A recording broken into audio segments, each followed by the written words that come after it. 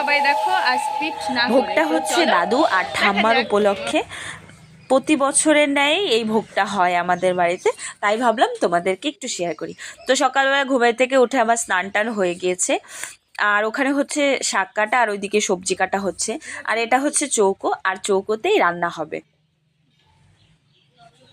এখানে হচ্ছে ডেচকিগুলো আগের দিনই হচ্ছে মাটি দিয়ে লেপে রাখা হয়েছিল, ওটা বাবা আর এটা হচ্ছে বড় কাকা।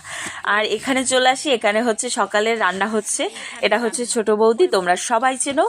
আর এখানে রান্না হচ্ছিল হচ্ছে ডাল আর হচ্ছে ঘ্যাট হবে, আর কি কি হবে সেটা পরে দেখাচ্ছি। আর এখানে হচ্ছে প্রায় সবাই চলে এসছে। আর আমাদের বাড়ি কাজ হলে আশেপাশের লোক অনেক সাহায্য করে, অনেক অনেক অনেক। ওরা খুব ভালো, আর আমরাও ওদেরকে খুব ভালোবাসি। আর মানে পাড়াতে একটা কাজ হবে আর আশেপাশের লোক যে একটুখানি সাহায্য করবে, এটাই হচ্ছে ওদের